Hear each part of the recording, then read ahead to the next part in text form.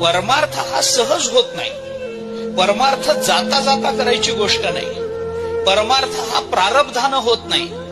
परमार्थ केवळ आपल्याला देह मिळाला म्हणून होत नाही. परमार्थ मुद्दाम करावा लागतो. परमार्थ हेतुतः करावा लागतो. परमार्थ श्रद्धेनं करावा लागतो. परमार्थ विश्वासानं करावा लागतो. परमार्थ प्रयत्नानं करावा लागतो. परमार्थ निष्ठेनं करावा लागतो. परमार्थ समर्पणानं करावा लागतो. आणि परमार्थ जन्माला आलो म्हणून धन्य होण्याकरता करावा लागतो. आमच्या प्रारब्धात असेल तर पंढरपूर होईल हो. लोक असं म्हणतात. एखाद्याला जर विचारलं, बाबा तुम्ही पंढरपूरला आला नाही अजून, महाराष्ट्रात राहून तुम्ही अजून पंढरपूरला आला नाही, ते आम्हालाच सांगतात अजून पांडुरंगाने बोलवलं नाही. अशा लोकांना पांडुरंगाने लवकर बोलवावं याची मी वाटच बघतो.